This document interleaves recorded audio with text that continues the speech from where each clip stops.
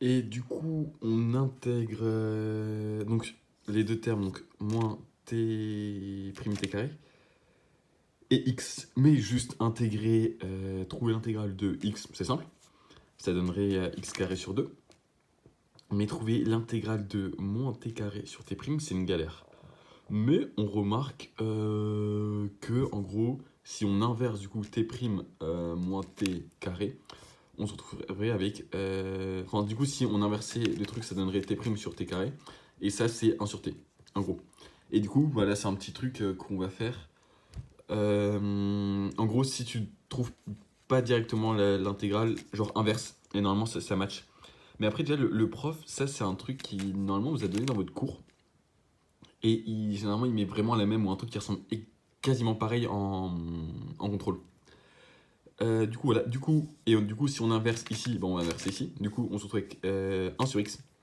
Intégrale de 1 sur x, c'est ln de x. Et du coup, intégrale de t' sur t carré. Enfin, de moins t' sur t carré, ça donne 1 sur t. Voilà, au cas où, pour que tu visualises mieux, 1 sur u, la dérivée, c'est moins u' sur u carré. Donc la primitive de moins u' sur u carré, c'est 1 sur u. Et en gros, c'est ce qu'on a là. Là, on a moins u' sur u carré. U', u carré. Et du coup, ça donne ça donne 1 sur u, du coup. Voilà. Du coup, voilà. En fait, et on a intégré nos deux trucs. Donc, c'est un peu chiant, mais en fait, à force de faire. À force de. Enfin, c'est pas terminé. Mais en gros, moi, ce que je faisais, c'est que je faisais plusieurs fois toujours ça. Je le faisais, et à force de le faire, bah, j'avais la mécanique, de la résolution d'exercice. Et ça rentrait dans la tête et c'était beaucoup plus simple après faire la correction.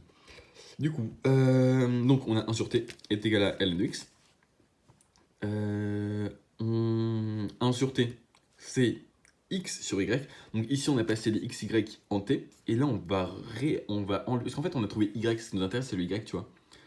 Et une fois qu'on a du coup tout intégré, etc., on a intégré les t, nanana, et ben on va repasser les t en x et y. Du coup, 1 sur t, bah, ça donne 1 sur y sur x, donc 1 sur y sur x, c'est x sur y. Hein. Le t, je te rappelle, c'est y sur x. Et du coup, x sur y égale ln de x, ça on change pas parce qu'il n'y a pas de t. Et sauf qu'une fois qu'on a rechangé les t, on va ajouter une constante de ce côté-là. Pourquoi je ne sais pas, ça je peux pas expliquer la constante. Je n'ai jamais trop compris les constantes.